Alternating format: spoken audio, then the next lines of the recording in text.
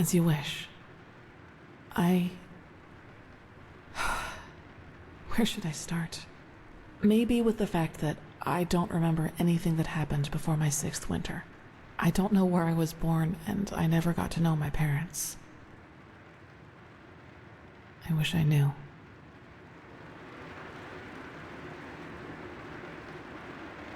What I do know, though, is that the first memory I have is of waking up in the middle of some village.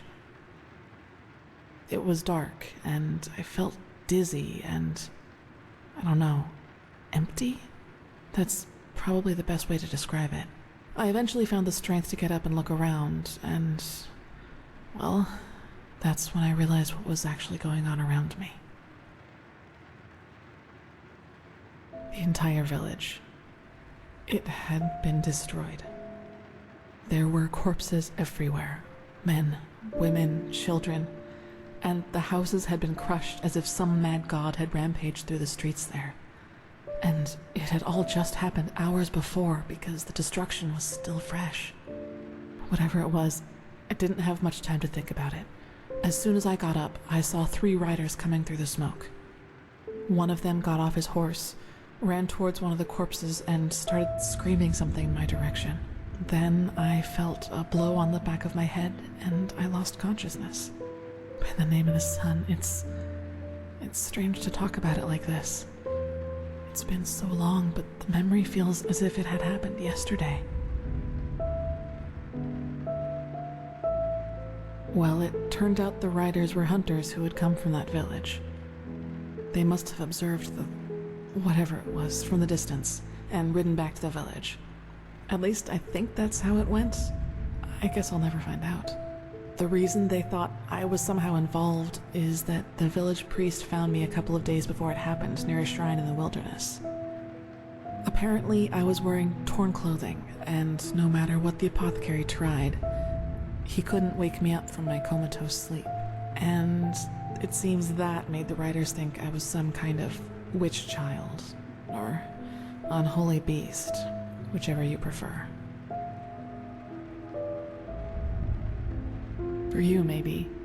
For them, as simple people, it was probably the best explanation they had. And think about it, it's not that far off. A motherless child who neither talks nor breathes steadily is found abandoned on the roadside and has a strange mark on her face. They leave to go hunting, and when they come back, they find their village in ruins, with that foundling child being the only survivor. You have to admit, it's not that much of a stretch, even if those men hadn't been superstitious farmers. Probably. Truth be told, I try not to think about it too much. And actually, it doesn't matter, because I somehow managed to get away before they could do anything. I even made it to Ark all by myself, which didn't turn out to be much of an improvement in the end because I was pathless. Yes. Thinking about it now, I actually wonder how I made it through my time down there. But maybe that's one of the advantages of being a child. You don't think. You just act.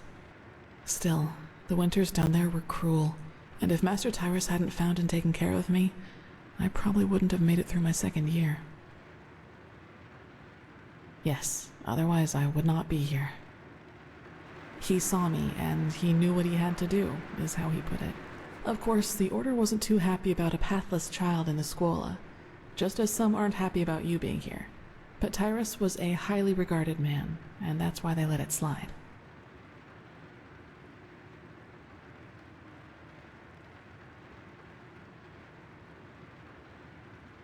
It does, yes. But then, he had lost both his wife and daughter 5 years before he found me, so maybe I was some kind of substitute. I don't know. But in the end, it doesn't matter. I owe him everything. He was a good man, and that's all that matters. That's right, we do, but we are both still pathless, and that disqualifies us according to the holy verses. I guess now you understand why I was never as connected to Malphas's teaching as Dunmore was. To some of the Keepers, I am still an outcast, and no matter what I do, I always will be. Yes, and now I'm here. Well, here we've reached the end of my impressive tale. I hope you liked it.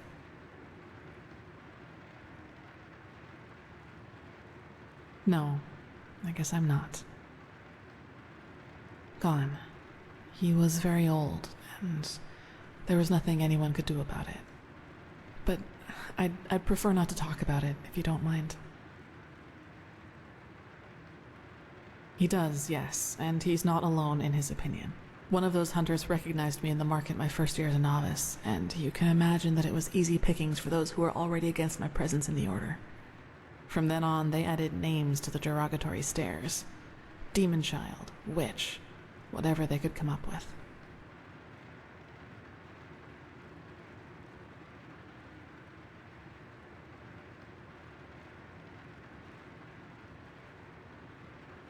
Maybe, but everything I'm capable of is the fruit of hard work, though they will never acknowledge that. You know what's funny? To some extent, I'm glad to be who I am. That way, people just leave me alone, and that gives me more time to focus on what's important, on my goals. Several, but I'd say that's enough of the gloomy stories, don't you think? There will be plenty of time for chatter in the future. Maybe.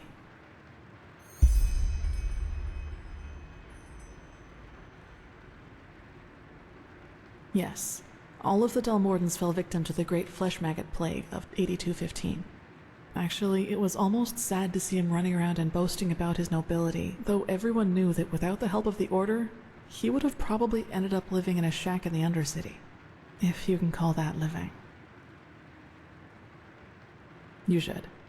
It's already late, but if you want, I can show you the most important places in the temple before you go to the Emporium.